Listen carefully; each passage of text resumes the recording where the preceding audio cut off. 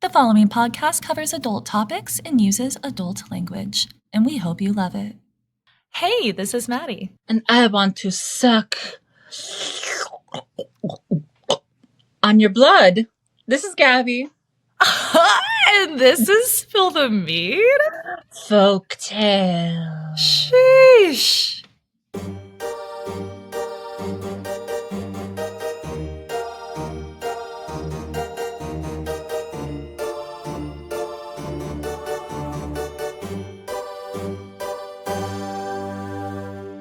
You guys, it's Folktales. Again, it's been a really long time because, full disclosure, I fucked up the schedule. It was me. I did it.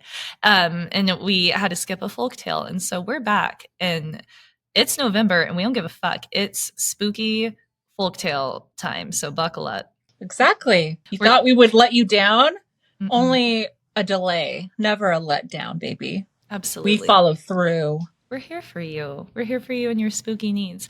I'm really excited for what you got, Gabby, because it's something like a tiny bit different, but still folk tales and right up my alley. Little tiny, this is probably going to be a legitimately spooky episode this time. So trigger warning, maybe? I'm going to give you a trigger warning for mine when it's my turn. But just know that we're going hard on this one.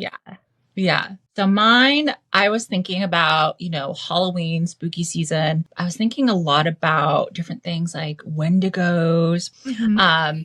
And then I was thinking, okay, what about like my own people, like Native Americans? Yeah. And one big prevalent that is in a lot of cultures is skinwalkers.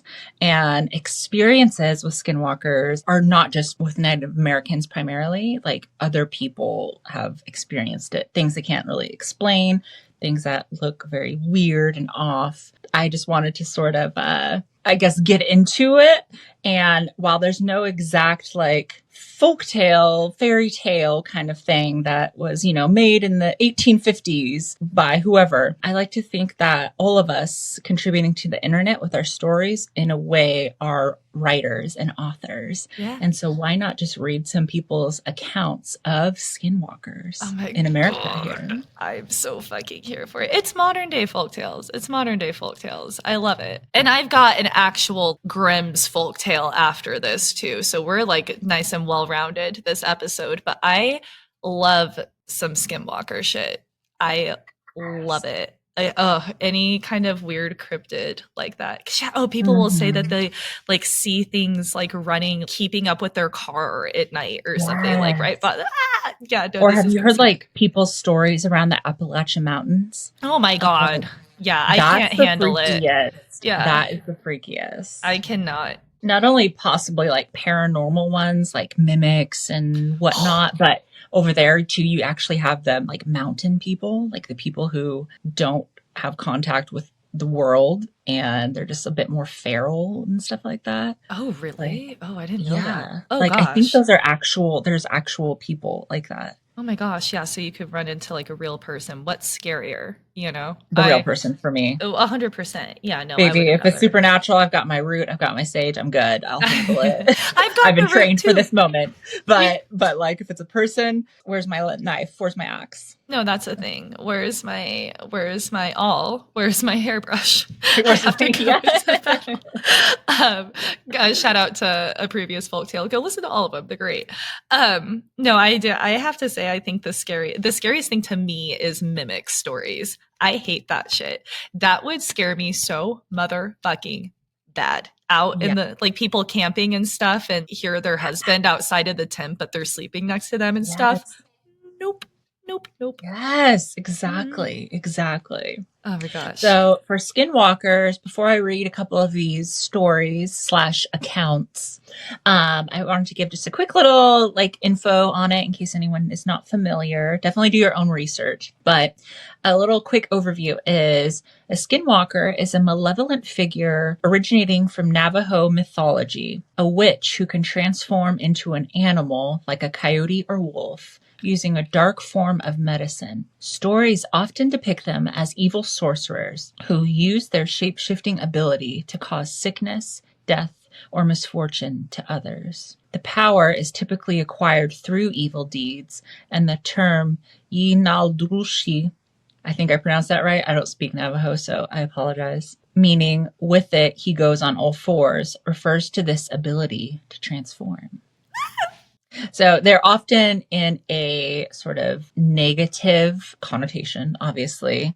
My people themselves don't really have stories of skinwalkers, but I know my sister, one time we were at one of our ceremonies, she was dating a Navajo guy. He came, and I don't want to say it's common, but like there's medicine people in all different tribes, and they can sort of send bad things your way if you like someone's paid them or if they have beef with you personally. Oh, So when we're God. at ceremonies, he saw something in the woods and he was freaking out quite a bit. So we had to smudge the area and everything. Of course, it was fine, but Yeah. Well, yeah, because you smudged it. Oh my God. Ooh. I will say that all of the Skinwalker stories I've heard, because I go down little rabbit holes sometimes, and they have documentaries and stuff or videos or whatever, and they actually all have been Navajo from that area, or yeah. So, and I've also seen and heard of stories too where it's not just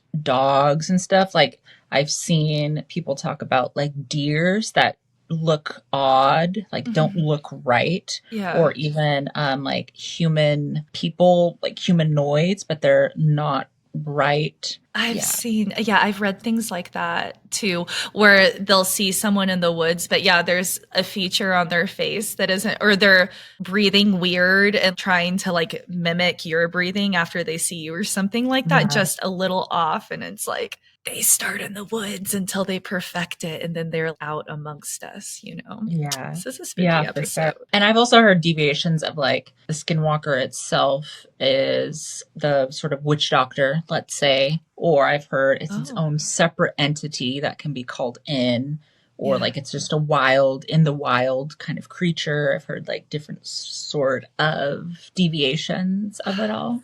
But I did just want to give like, I guess the more traditional original version of it. Yeah. So the term skinwalker is kind of going back to that shape-shifting thing then. Different skins, walking in different human skin, animal, whatever. Oh gosh.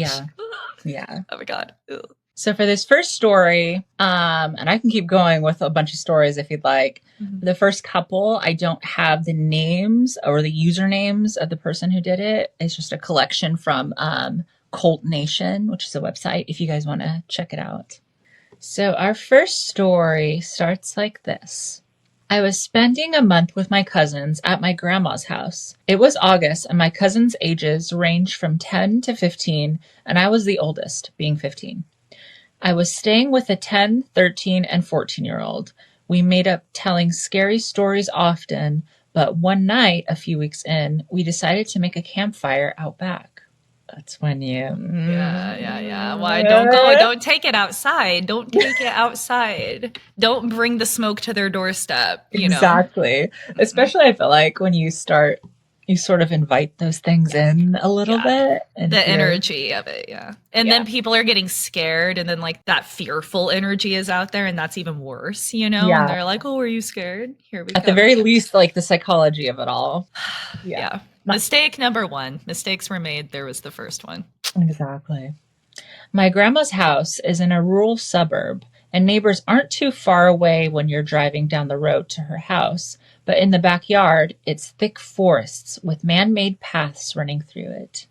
Each house is on a hill, so only part of the basement was actually underground. This isn't important until later, though. So we're towards the east side of her yard in a smallish patch of open land. You couldn't see the neighboring yards from there, and there was probably 3/4 a mile to each side of us that belonged to my grandma. So just describing the layout of the property. Yeah. Thick forest in the back. And the houses are on hills. There's something about that too. It was maybe 11 at night, and we were playing Truth or Dare after telling scary stories. And my 14-year-old cousin dared me and my 13-year-old to go to a walk through the paths for 10 minutes or so. I said yes right away, as I wasn't easily scared and rather level-headed. But my younger cousin was a bit more hesitant. We didn't bring a flashlight because it wasn't pitch dark yet, and we could see enough not to die. We were walking through the pass for about 5 minutes and could barely see the fire through the trees when we Yeah. decided to turn around. I was gonna say 10 minutes is a long time. That's it for me. 10 minutes Yeah. is a long time to go walk in the woods in the dark. I don't know. In the middle of the path was a large dog-like creature, hunched over with its front hands an inch from the ground. So are we imagining this? Dog-like creature, it's hunched over, Yeah. and its front hands an inch from the ground. Okay. Oh my God. Okay. Hands, not paws, and hovering Hand. over the ground. Okay. Mm-hmm. Oh, that kind of crouch. Okay. Like, crouching. Yeah. So Yeah. I'm assuming almost like how a dog will like sit, but Yeah. still stand up, but Yeah. Yeah. Yeah. it has hands. But it's a human enough to notice that. Yeah. Okay. Mhm. Ooh, ew. No. No. What I remember most was how its eyes were so fucking bright white, and it was a humanoid dog shape with a human-like head, but a dog-like body, but human hands and feet. It looked right at us, and I know I was paralyzed with fear as it dashed away the opposite way from us, towards a creek that ran through the yard. Eventually, my cousin and I screamed bloody effing murder, and the other cousins and my grandma ran to us. I don't remember much here because I was really disoriented and I couldn't think properly. But I did wake up in bed, so I'm assuming that I was brought up to the house. So this put this author into a bit of Trauma.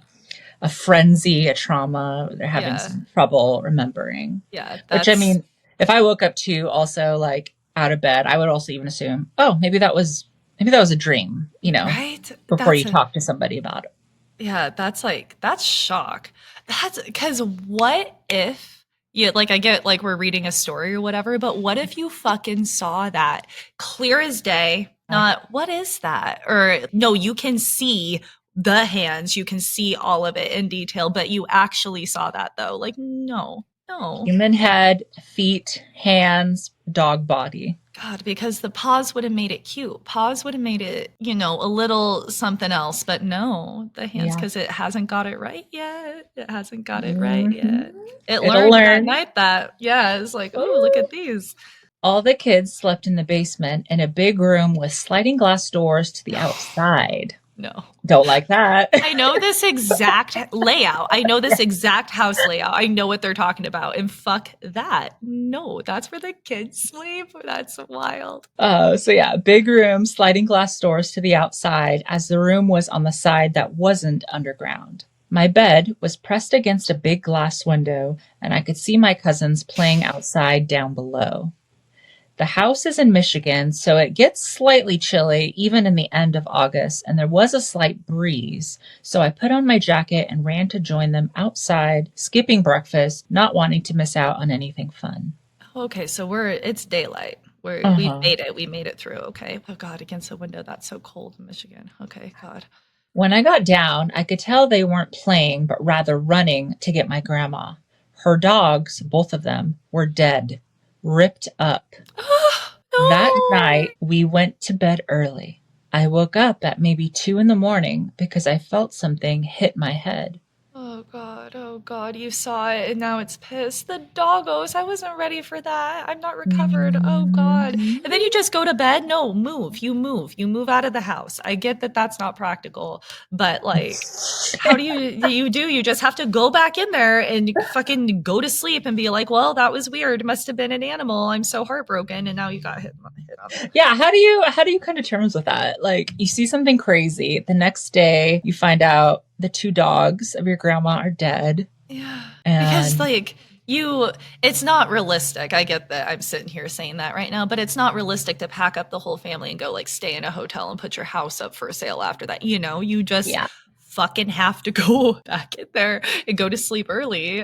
Apparently. I woke up at maybe 2 in the morning because I felt something hit my head. My cousins were all sitting on the double bed opposite of me on the other side of the room. There was one bunk bed and two double beds. The double beds for me and my 14-year-old cousin. They were being quiet and staring at me. Oh no. The 13-year-old nodded his head towards the window. Remember, He's right by the No, window. no, he's right by the fucking window. No. I froze. They all looked afraid. I turned my head slightly to the side and I saw a really messed up looking face pressed to the window with gaping eyes looking down at me. I screamed so fucking loud, it bolted. My grandma called the police after I told her what had happened and they found nothing. I went home after that and I have never been there during the night again. Just how it ended. Oh God. No, see, I believe every fucking word of that. It already saw you. It wasn't getting its shape right. Okay. It saw you and it's like, wait, they're right there. They were afraid of me. I can get closer to them. I can go look in that window. Like they were afraid, kind of thing. Oh my God. Yeah. And they all saw it. It's not even you sitting there being like, no, I know what I saw. It's all of you. Everyone, like, multiple witnesses. Yeah. God. And then they just like grow up to adulthood with that memory. So that was one. Yep. Next. That was in Michigan, by the way. Cold ass Michigan. Now this next one is in Arizona. So as you can see, these stories are like all throughout the US. They're everywhere. Oh God. Now we've got like a desert one going on. Oh God. Okay. Out amongst the cacti and red rocks. No. So this one is more indigenous, more Native American. I decided to join my bestie Karen, LOL, for a 3-day stay at her grandma's place on the res, which, for anyone who doesn't know, res is reservation where Native Americans were put. Tons exist. A lot of natives still live on reservations. Most who live on reservations don't leave the reservations, just for everyone to know. And there's usually a lot of poverty on most reservations and just kind of not basic resources. For instance, I think it's more than a third of people on the Navajo reservation don't have running water. Wow. Yeah. So that's just something to have a premise, I guess, for you. For our non-American listeners who are probably like, what? But yeah, you'll be driving, from state to state and it'll say now entering this reservation or whatnot. Yeah. So. Okay. So we're on the res. Her grandmother lives near a place called Tuba City, Arizona, in the middle of nowhere, but surrounded by rural homes. We go to college together and I was kind of interested to know about Navajo tradition. The first day we stayed, it was pretty chill, nothing out of the ordinary. Then her grandma, not that old, around 67, said that a stray dog came out of nowhere and wouldn't leave. Oh my God, no. Here we go. And right when your ass got there, it starts like this. To me, it did act kind of strange and ugly looking. Black, shaggy coat, looked like a mix between a German Shepherd and a lab. That's not ugly. How cute baby. Oh God, no, this is a skinwalker. Sorry. See, I'm gone. I'm a goner. If they're trying to kill something, it's me. I'm like, no, he's cute. Yeah. That night, we were watching a movie in the living room. It had big windows that looked out into the front where the cars were parked. Nothing fancy. With the curtains wide open. Grandma was in the kitchen cooking dinner and we were watching a movie. Next to the window is a medium bookshelf and where DVDs are kept. Karen went to put back a DVD we had just watched, but she freaked out because that stray black dog was staring at us through the window, standing on top of a wood box outside. Not something normal dogs do from my point of view or hers. Usually my dog, which is a house dog, scratches the door to be let in. Res dogs aren't house dogs, and dogs inside houses are frowned upon in Navajo tradition. They're meant to protect the house and the owner. The other dogs seem to stay away from it.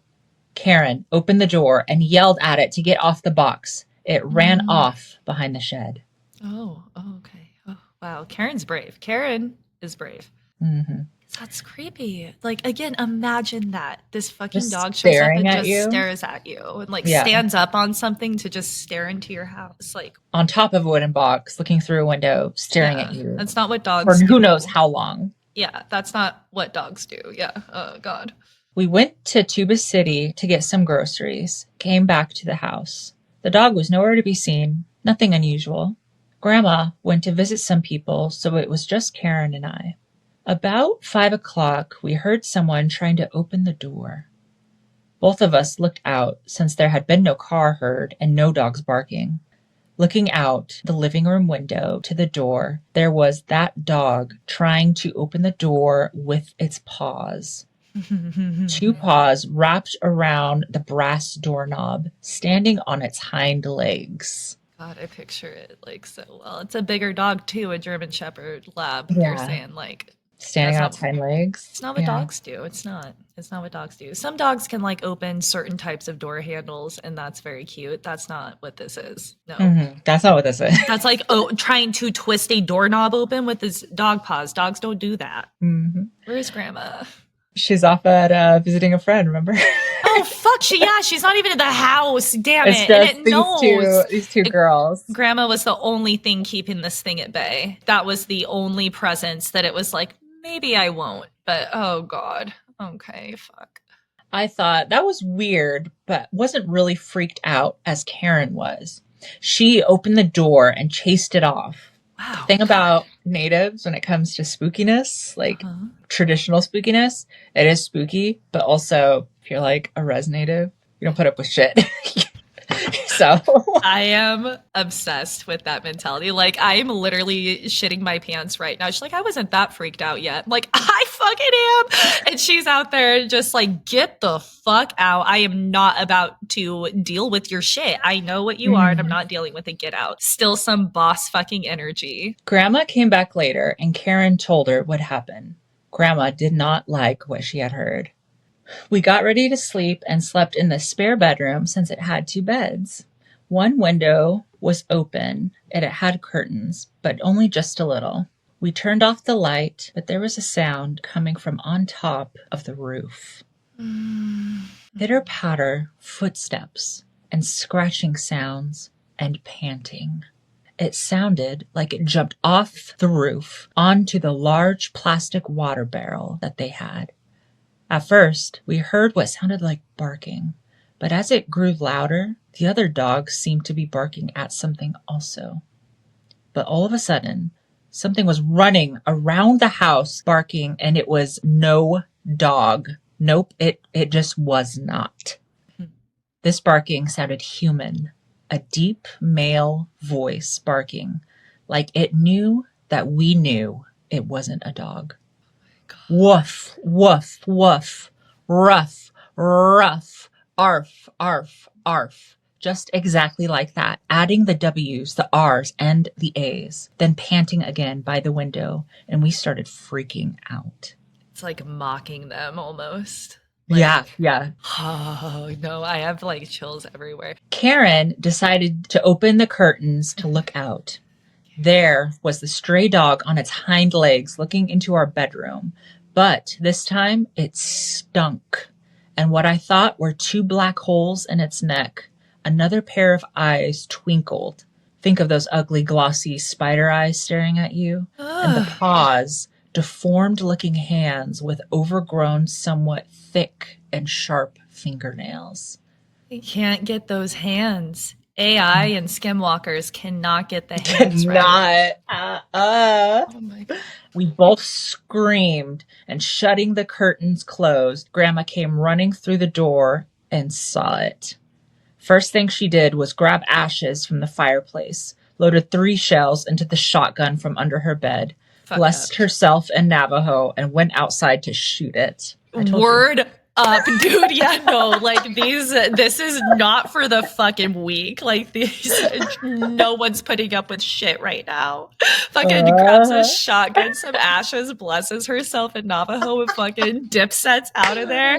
She gonna go her fuck first this time up. at the rodeo. She gonna like make that thing bite the fucking curb, man. Like this is not. No, she's like gonna fuck it up and then talk shit over it after. You know. Yeah. Yelling in Navajo about how the thing wasn't welcome there and had to get the hell out of there, and it ran off to somewhere else. Them both being traditional, the next day they called a medicine man to come over and put cedar in, part of a ceremony. Okay, yeah. He prayed over everyone with cedar smoke and an eagle feather. He blessed the place made us eat bitter herbs called eagle's gall or something, and gave me an arrowhead.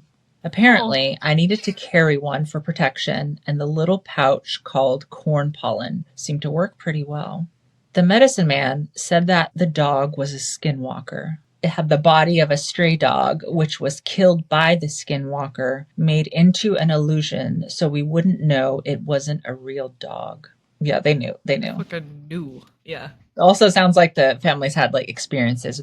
They know of what it is, you know? That was code when she was like, stray dog just showed up. They're all like, fucking, here we go. I'm not in the fucking mood. Now, here's an interesting thing that I don't necessarily get. The author doesn't clarify it. So I guess I'll leave it to you and the listener's imagination, this last final part. He also said that Yoshis tend to harm people by using some sort of human bone straw to spit at someone. Think spitballs, only deadlier, and get human bones into them. Doctors can't detect it, but the medicine man that day pulled a piece of human skull out of Grandma's right shoulder. Pretty big, about 2 inches long and 1 centimeter thick. It was real because we watched him pull it out of her. That was intense. The end. That was intense. The end. That was some Grimm shit right there. Yeah. That was a lot. The end. Did that fucking human skull pulled out of her shoulder? Also, yeah, I was like, wait, did she get it? What happened there? Like, they brawled. The thing that I can think of is that maybe it's more of like a spiritual to physical kind of thing. It sounds like maybe skinwalkers can like blow dart pieces of like maybe probably like quote poisoned or like negative energy human skull into someone. God, yeah. But maybe you don't feel it right away. Yeah. But they saw him take this out of the grandma's shoulder. If she had a shotgun too, like if she, maybe like it was like a 1-for-1, like the kick of the shotgun or something, like went in and then that's where they pulled it out. I don't know. That would be poetic. I don't know. Again, that part I couldn't exactly understand. Yeah. Or I was trying to get clarification on, but just couldn't really understand it completely. But yeah, wow. You guys decide what you think it means. There's so many more of these freaking stories. I could like literally go on for the rest of the day about this, which I will after this, and it'll be on the Patreon. You guys can go watch it and listen to it on the Patreon. Hey, check it out. It's $5 a month for this extra content, $3 for ad-free listening. I know you hear those ads. If you don't want to hear those ads, get on Patreon. After this, we're going to sit and record. I'm going to sit here and listen to all these stories because I fucking love this shit so much. It came out on Patreon last week. Go check it out. Yeah, you're behind. Go listen to it now. Go listen to it now. They have a whole week on you guys. Come on. I'm getting ready to fuck up your world right now. We're totally switching gears back to just, like the folktaliest folk tales because I have a Grimm's one for everyone. Grimm. Fucking up people for 2 centuries. Oh my God. And it just doesn't stop. Trigger warning on this one. Again, maybe this whole episode, but definitely this story because it's got moments. It's got moments that are So without further ado, here is The Robber Bridegroom by Brothers Grimm, who need serious help. Here we go. There was once on a time a miller who had a beautiful daughter, because of course he did. And as she was grown up, he wished that she was provided for and well married. He thought, if any good suitor comes and asks for her, I'll give her to him. Not long afterwards, a suitor came, who appeared to be very rich. And as the miller had no fault to find with him, he promised his daughter to him. Ooh. Yep, there you go. A wealthy man who seems to have no problems. I'm sure that it's just fine. The maiden, however, did not like him quite so much as a girl should like the man to whom she's engaged, and had no confidence in him. Whenever she saw him or thought of him, she felt a secret horror. WHORE? Horror. I know after I said that, I was like, damn it, I slurred that. She felt a secret horror. Horror. What a weird word. Now it sounds weird. Once he said to her, "Thou art my betrothed, and yet thou hast never once paid me a visit." The maiden replied, I know not where thy house is. Then the bridegroom said, My house is out there in the dark forest. Oh, Yeah, so I'll just be right over. yeah, it's a flag. It's a red one. Also, in the forest, do you want to give directions, or is she just supposed to wander until she finds it? She tried to excuse herself and said that she could not find the way there. But then the bridegroom said, Next Sunday thou must come out there to me. I have already invited the guests, and I will strew ashes in order that thou mayst find thy way through the forest. So there you go. He's got Okay. ashes. Don't worry. All right. They're going to guide the way. Again, this all seems totally good. Totally normal, not weird. You know, not like you could tie a ribbons to a trees or, just like fucking take her there. Like, you know what? We're engaged and you've never traveled through the dark forest alone to come try to visit me. It's like you're literally right here. Why don't you just like say, hey, do you want to come see my place? Like, what? We're having this conversation. You're going to leave and then make me go by myself later? No. Uh-huh. No to the whole thing. Why did in my mind I was like, he was texting her this stuff? Because that would have made more sense. When Sunday came and the maiden had to set out on her way, she became very uneasy. This is intuition, okay? This is intuition, and you should listen to it. She herself knew not exactly why, and to mark the way, she filled both of her pockets with peas and lentils. Ashes were strewn at the entrance of the forest, and these she followed, but at every step she threw a couple peas on the ground. I feel like, can we do like very small rocks or something? I feel like what if a bird, I want something not super biodegradable, but not harmful either. I want small rocks. Because the ashes can be blown away by the wind, and then the food could be eaten by the wildlife. Yeah. Yeah, that's hard. I agree. Okay. Oh, man. I'm sure it's all going to work out. This is why she's going to be baked into a pie or something. It's for fucking real. We all know that this is going towards her being baked into a pie, first of all. The second it was like the Miller had a daughter. It's like, well, bye. Have fun in that pie, bitch. I hope she had a good life. Yeah, like, yeah. It leads to pie. She walked almost the whole day until she reached the middle of the forest where it was the darkest, and there stood a solitary house, which she did not like, for it looked so dark and dismal. She went inside it, but no one was within, and the most absolute stillness reigned. Suddenly, a voice cried, turn back, young maiden dear. 'Tis a murderer's house you enter here." Well, what's she going to do? The maiden looked up and saw that the voice came from a bird, which was hanging in a cage on the wall. And again it cried, turn back, young maiden dear. 'Tis a murderer's house you enter here." The sweet little bird. And she did not. No, then the young maiden went further from one room to another, towards the pie. We are marching to the pie. Then she went into the room and saw the crust, and she got in it and tucked herself in. That's it. That's Grimm's. She walked through the whole house, but it was entirely empty, and not one human being was to be found. At last she came to the cellar. And there sat an extremely aged woman whose head shook constantly. Sitting there. They get the story of the cellar. That's the first person you come across. Let's fucking go. "Can you not tell me," said the maiden, "if my betrothed lives here?" "Alas, poor child," replied the old woman, "whither hast thou come? Thou art in a murderer's den. Thou thinkest thou art a bride soon to be married, but thou wilt keep thy wedding with death." Just like shaking her head, "Look, I have been forced to put a great kettle on there. Fuck, here we go. With water in it. And when they have thee in their power, they will cut thee into pieces without mercy, will cook thee and eat thee." Bitch, let's go. Okay, we know our folktales. We know our folktales. "They will eat thee, for they are eaters of human flesh. If I do not have compassion on thee and save thee, thou art lost." Shaking her head the whole time. Is she going to even take this as a warning, or is she just also, oh, okay, I'll look upstairs? So is he home?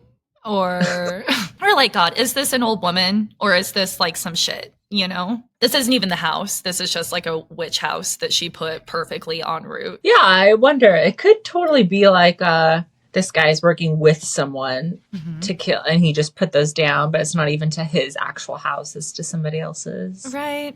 You know? Or something else's. Something. Yeah, there's some shit going on here. Woo! She's like stirring the kettle. How did she know this? They told her, and she was like, yeah, word, I'll keep that water warm for you to do, you know? I don't know. We'll see. If there's one thing that we know, it's that Grimm's is going to tie this up perfectly in a neat little bow for us so it all makes sense. So, yeah.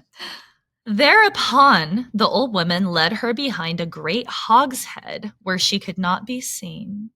Like an actual pig head?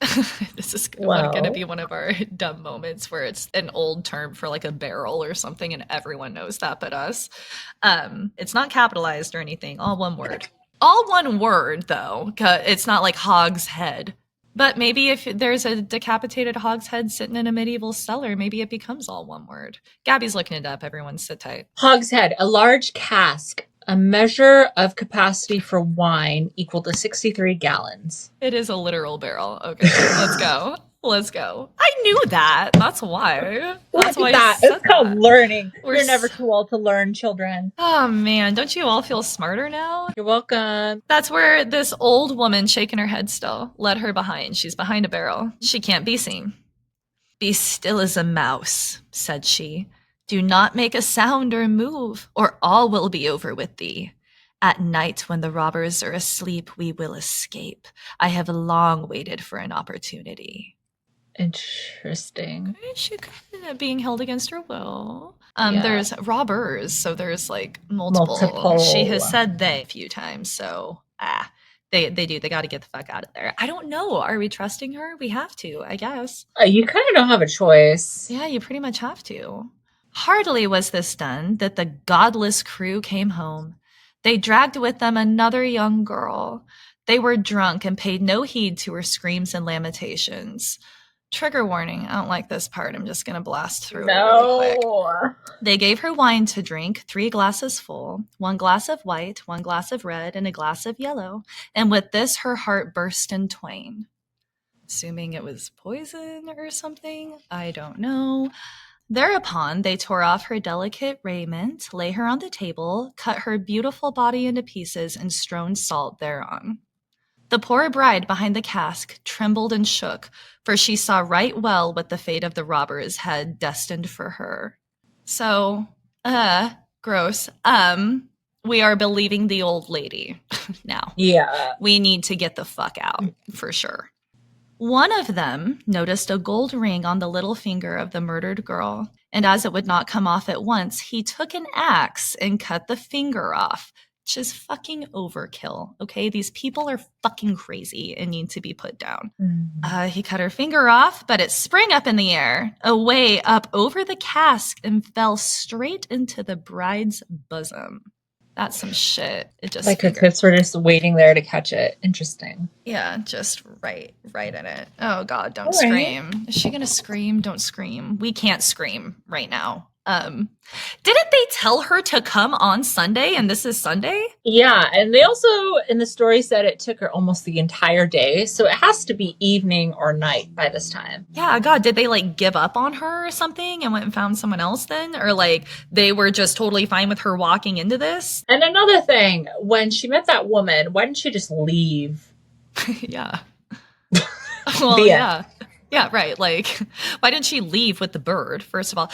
And yeah, they weren't even home. They they gave them the chance to conspire this all out. Did he just fucking forget about her existence? Like, well, I'm sure when he wouldn't. He's got a busy schedule. I was going to say, yeah, we're eating multiple people a day. Like that, no. Fuck off. I didn't even hear talk of pie. We're not even those kind of cannibals. We're the worst kind. Like, ew. Oh, yeah. God. Ew to the whole thing. Okay, well, they do need to get the fuck out of there. Now she has a severed finger in her bosom. My God. Okay. The robber took a candle and wanted to look for it, but he couldn't find it. Then another of them said, "Hast thou looked behind the great hogshead?" But the old woman cried, "Come and get something to eat and leave off the looking till morning. The finger won't run away from you." Still just shaking her head. I'm picturing. The robber said, Oh, the old woman is right. And they gave up their search and sat down to eat. Stupid. Okay. And the old woman poured a sleeping draught in their wine. Okay, I like that better. I like that better than trying to like outrun them while they're wide Yeah. awake and pissed off and don't notice. So, okay, I like that. She put a sleeping draught in their wine, and soon they lay down in the cellar and slept and snored. Whew, let's go, ladies. When the bride heard that, she came from behind the hogshead and had to step over the sleepers, for they lay in rows on the ground. And great was her terror as she should waken one of them. We also don't know how many of these men are they. They haven't specified in the story. No, they have not specified. Just a fucking more. It has to be more than two, you know, or else I feel like she would have just said two. So I'm picturing like 3 or 4 of these Okay, yeah. fuckers. But God helped her, and she got safely over. The old woman went up with her, opened the doors, and they hurried out of the murderer's den with all of the speed in their power. The wind had blown away the strewn ashes, but the peas and lentils sprouted and grown up. Okay, wow. That was quick. Oh. One day lentils, you know. And it showed them the way in the moonlight. You know, we're not questioning it. Fuck it up. Let's go. That's good. Yeah. Now there's just like a fucking trail straight to them, but that's all right. We'll cross Of that bridge. lentils and peas. Lentils and peas sprouts, yeah. Just like a perfect little like garden leading them right back. But hey, that's tomorrow's problem. We got a GTFO right now. Yes. So it showed them the way in the moonlight, and they walked the whole night until in the morning they arrived at the mill, and the maiden told her father everything exactly how it had happened. When the day came, when the wedding was to be celebrated, the bridegroom appeared. Yeah, he just literally forgot. You know what this is? This is a guy you meet on a dating app who scheduled multiple dates in the same night. Yeah, 100%. Yeah, and like you didn't follow up. You weren't eager in the first place, so we fucking forgot about you, and then you like actually showed up. What the fuck? He shows up on wedding day? That's crazy. Just like come walking in here fucking belly full of flesh, like after forgetting that you even invited me over. Real piece of shit, this one. He appeared, and the miller had invited all of his relations and friends. As they sat at the table, each was bidden to relate something. So they're just going around the table telling stories, you know, to celebrate this wedding. The bride sat still and said nothing. Then the bridegroom said to the bride, "Come, my darling, dost thou know nothing? Relate something to us like the rest." She replied, "Then I will relate a dream. I was walking alone through a wood, and at last I came to a house in which no living soul was. But on the wall there was a bird in a cage which cried, 'Turn back, young maiden dear, 'tis a murderer's house you enter here.' And then it cried once more, 'My darling, I only dreamt this.' Then when I went through all the rooms, they were all empty, and there was something so horrible about them. And at last I went down to the cellar, and there sat a very old woman whose head shook. And I asked her, 'Does my bridegroom live in this house?' And she answered, 'Alas, poor child, thou hast gotten to a murderer's den. The bridegroom does live here, but he will hew thee in pieces and kill thee, and he will cook thee and eat thee. Oh, my darling, I only dreamt this.'" What happened to the old woman? And this has to be a plan, right? So, like, the father obviously knows. I'm assuming he told everyone else. And does everyone secretly have, like, a dagger, and it's going to be Caesar? It's gotta be. Because, like, why? Yeah, we've left out so much detail here. Like, and then we told the father everything that happened, and then she had a fucking witness to back it up. And then now it's wedding day, so he invited everybody over, and we're all gonna sit and tell stories. Do you have a story to tell? He fucking said it all rude too, asshole. But yeah, the old woman, maybe she's like hiding in the back watching this play out, like, yeah, let's fucking get him or something. Speaking of the old woman, that brings us to the next part of this dream that she had. I thought you were talking about me. But the old woman hid me behind a great hogshead, and scarcely was I hidden when the robbers came home, dragging a maiden with them, to whom they gave 3 kinds of wine to drink, red, white, and yellow, with which her heart broke in twain. My darling, I only dreamt this. Thereupon they pulled off her pretty clothes and hewed her fair hair and body into pieces on the table and sprinkled them with salt. My darling, I only dreamt this. And one of the robbers saw that there was still a ring on her little finger, and as it was hard to draw off, he took an axe and cut it off. But the finger sprang up into the air and sprang behind the great hogshead and fell into my bosom, and here is the finger with the ring. She takes it out of her bosom and draws it and smacks it on the table and shows it Your to Honor, those present. I rest my case. Let's fucking go, bitch. The robber, who had during the story become pale as ashes, leapt up and he wanted to escape, but the guests held him fast and delivered him over to justice. What? What? Then he and his whole troop were executed for the infamous deeds. The end. Oh. I thought we were I was hoping for like a red wedding. I wanted us to rip off his clothes and put him on the table and hack him into pieces. We didn't have to eat him, but I thought that like the whole gang showed up to do this, not just like call the cops. Yeah, where the whole wedding guests on the Miller's side, they'll take turns with a stab. Yes. They hand the next guest and yes. Yeah. Like as he's laid out on the table, as he has done justice. to everyone else. What about justice for the other people? That's what I'm saying. No, they all just like got hung or something. No. That's too good. That's way too good. That's way too good. No, I thought, what was the point of inviting everyone at that point? They should have at least done it to that guy and then went and narked and been like, hey, there's a whole band of these assholes out here. We don't really need to be doing that to all of them, but you should go get them or something. But like that was a lot to just like call the cops. And the girl lived happily ever after?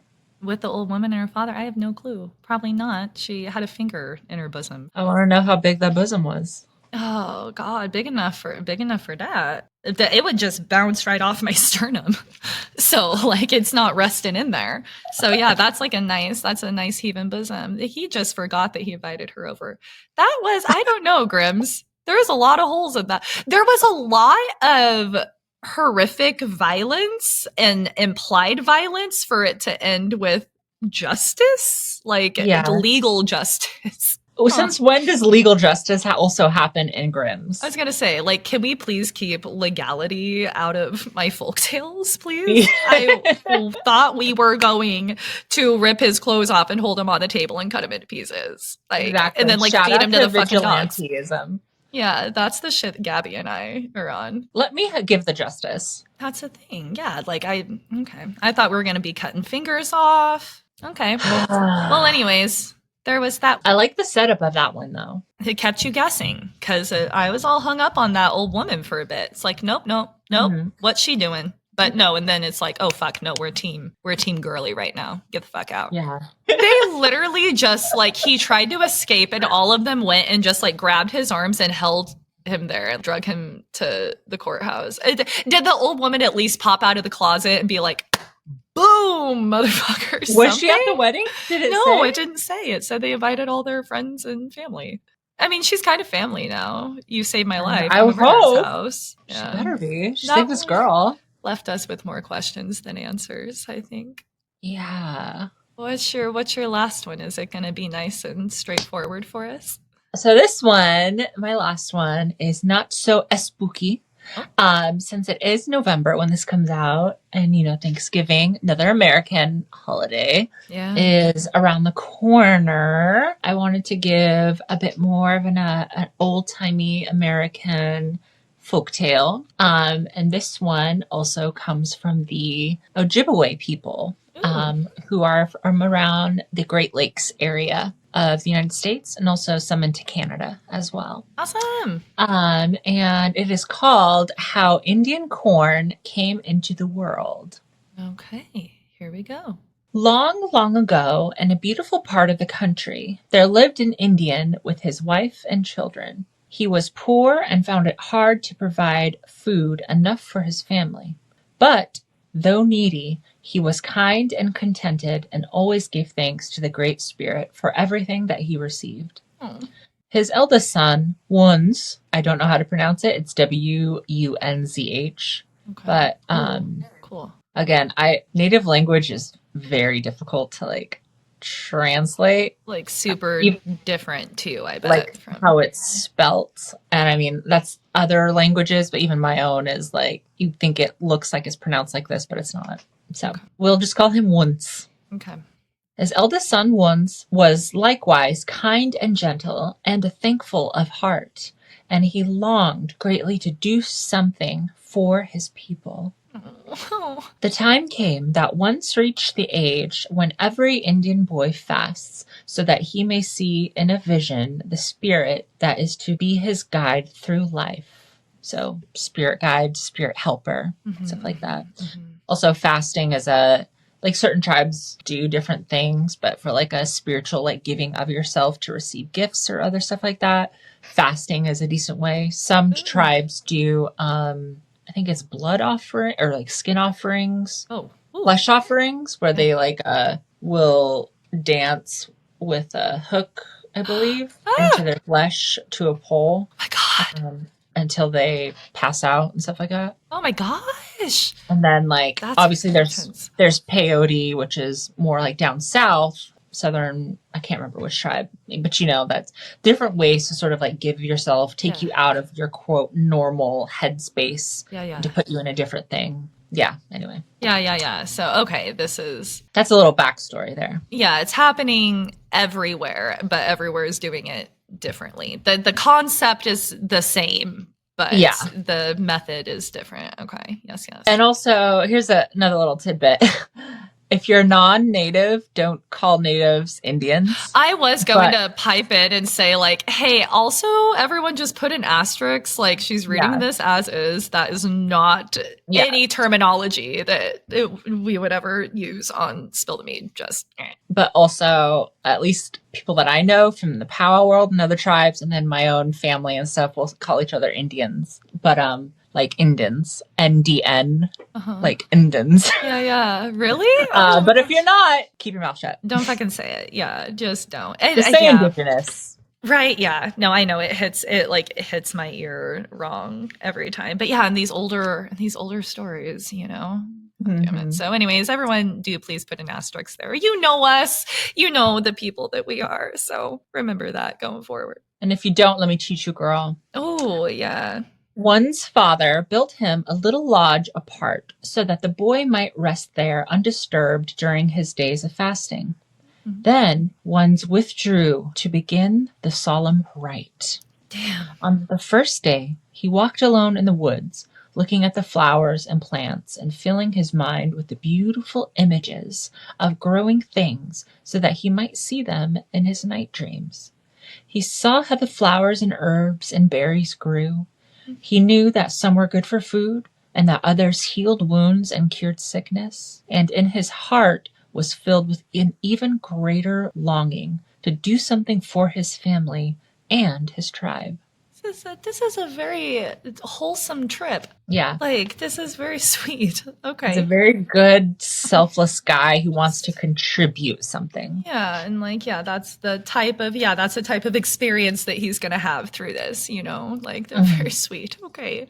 Also, trigger warning, this is a very wholesome folktale. This is not a spooky one. This is more Thanksgiving, you know? This is like giving thanks and stuff like that. Right. Yeah, we came like full circle. You got some of everything this time. Okay. Hey, we're all about balance on this podcast. You give me a bit of everything. The Native American ones, though, usually are kind of beautiful, though. I can't think of one.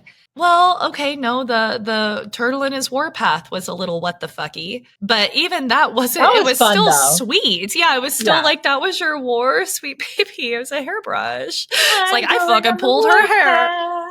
It's like very good. Wants to join me. You're not fast enough. No, that one, like that. Someone needs to make that a Broadway show or something. That was so good. That one was just fun. That one was fun. I mean, yeah, it still wasn't like twisted or depressing or anything, but that was the only one that wasn't like poetic in a way, you know, and that one was still like. No, truly. Truly, thought he, the Great Spirit made all things. To him we owe our lives. But he could not make it easier for us to get our food than by hunting and catching fish. I must try to find this out in my vision. So One's returned to his lodge and fasted and slept. On the third day he became weak and faint. Soon as he saw in a vision a young brave coming down from the sky and approaching the lodge. He was clad in rich garments of green and yellow colors. On his head was a tuft of nodding green plumes, and all his motions were graceful and swaying. Ooh. I am sent to you, O ones, said the sky stranger, by that great spirit who made all things in sky and earth. He has seen your fasting and knows how you wish to do good for your people, and that you do not seek for strength in war, nor for the praise of warriors.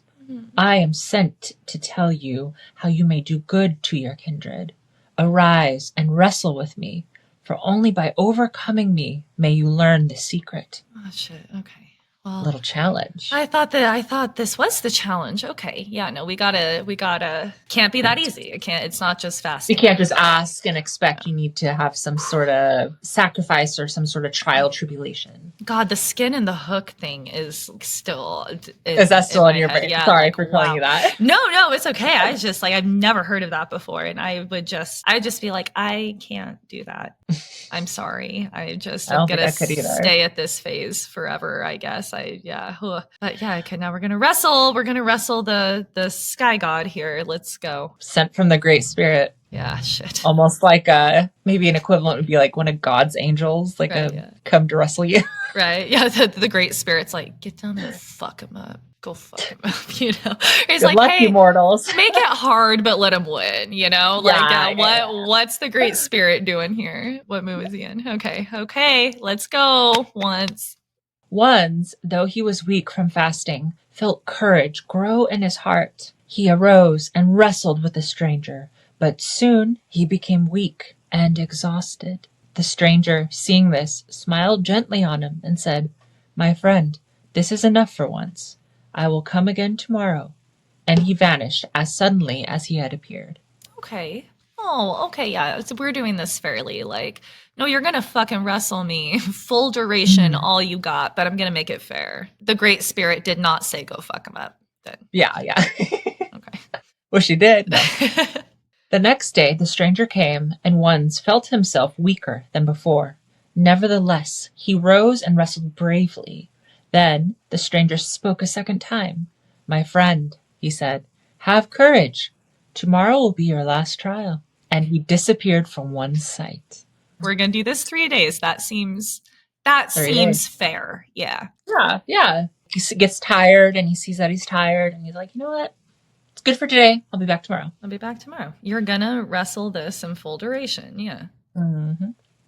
On the third day, the stranger came as before, and the struggle was renewed. And once, though fainter in body, grew strong in mind and will. And he, determined to win or perish in the attempt, he exerted all his powers, and lo, in a while he prevailed and overcame the stranger. Yes. "O ones, my friend," said the conquered one, "you have wrestled manfully. You have met your trial well. Tomorrow I shall come again, and you must wrestle with me for the last time. You will prevail. Then strip off my garments, throw me down, clean the earth of roots and weeds, and bury me in that spot. When you have done so, leave my body in the ground. Come often to the place and see whether I have come to life. But be careful not to let weeds or grass grow on my grave. If you do all this well, you will soon discover how to benefit your fellow creatures." Having said this, the stranger disappeared. Hey. Well, shit. Okay. It's a little ominous, but you gotta fight me tomorrow. You're gonna win. He's telling you basically the future, so you better do what they say. God, yeah. And he's not. I would normally be worried here, if this was Grimm's, but no, once it's not. He will sit out there and not let one weed pop up on this thing. He's not gonna forget forget that he invited the girl over to kill her. No, he's got this. Exactly. In the morning, one's father came to him with food. "My son," he said, "you have fasted long enough. It is 7 days since you have last tasted food, and you must not sacrifice your life. The master of life does not require that." My father, replied the boy, wait until the sun goes down tomorrow. For a certain reason I wish to fast until that hour. Very well, said the old man. I shall wait until the time arrives when you feel inclined to eat. And he went away. Okay. Father's just checking on him, Yep. seeing how he's doing. Yep. It's a good dad. This is all going great. Something pretty fucking cool is about to happen. Just give me one more day. Mm-hmm. The next day, at the usual hour, the sky stranger came again, and though once had fasted 7 days, he felt a new power arise within him. He grasped the stranger with superhuman strength and threw him down. He took from him his beautiful garments, and finding him dead, buried him in the softened earth, and did all else as he had been directed. Yeah, we know he did. Yeah. He then returned to his father's lodge, and partook sparingly of food. Then he abode for some time, but he never forgot the grave of his friend. Daily he visited, just like we knew. Like we knew he would. Absolutely he would. Yeah, he's the a man. Good guy. Yeah. And pulled up the weeds and grass, and kept the earth soft and moist. Very soon, to his great wonder, he saw the tops of green plumes coming through the ground. Weeks passed by. The summer was drawing to a close. One day, Ones asked his father to follow him. He led him to a distant meadow. There, in the place where the stranger had been buried, stood a tall and graceful plant, with bright-colored silken hair and crowned by nodding green plumes. Its stalk was covered with waving leaves, and there grew from its sides clusters of milk-filled corn ears, golden and sweet, each ear closely wrapped in its green husks. It is my friend, shouted the boy joyously. Oh. That's quite cute. Yeah, I was gonna say no. That is because that's the colors. I'm such a fucking idiot. I wonder why you looked at me like that. Yeah, I was like green and yellow. Why'd she look at me like that? Like I did not the colors even. The guy was wearing. Yeah. Oh, and then it popped up and he saw him and he's like, "That's him. Like that's my friend." No, that's like very sweet. It is Mondoim, the Indian corn. We no longer need to depend on hunting. So long as this gift is planted and cared for, the Great Spirit has heard my voice, and he has sent us food. Then the whole family feasted on the ears of corns and thanked the Great Spirit who gave it. So Indian corn came into the world. Cute. Just from a guy that wanted to help. Yep. Like that's it. Oh my gosh. Just wanted something more stable for his people to contribute something. Yeah, he's positive. Not a hunter. He doesn't want to go out there and like have to take the lives of things. No, this is right here. It's stable. We've got it forever. You just have to take care of it.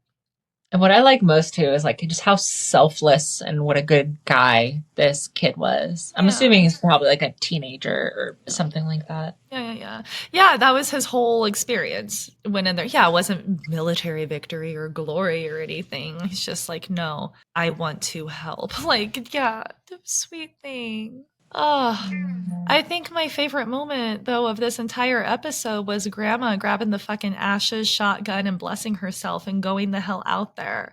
Grandma doesn't play. That will never leave my memory. When I have to, like, shut the fuck up and get something done, I'm going to be like, no, grab your shotgun, your ashes. What would Grandma do? Say your blessing and get the fuck out there and tell that skinwalker to eat shit. No one saw it again. I didn't hear any mention of it. What the fuck happened? We know what happened. That was a fun episode, everyone. You got a little spooky. You got a little Thanksgiving. Look at that. And be thankful for the spookies and the not spookies in your life. Does that make sense? I don't know. I'm thankful for you, Gabby. I'm thankful for you, Maddie. Oh my gosh. And we're so thankful to all of you listening. Hey, thanks for doing that. And we will yap at you next time. Get on Patreon for more Skinwalker stuff. We're going to go dive into that right now. If I don't have nightmares tonight, we're not doing it right. So get on Patreon and check it out. It's also the lifeline of the pod as well. And listen, go like the podcast. Give us a 5-star rating. That helps superbly, and we appreciate it. And it's free. It's free and it takes 2 seconds and it lasts forever. And without further ado, here comes the outro music and some bloopers for you guys. Bye. Love bad bitches. That's a fucking problem. Bye.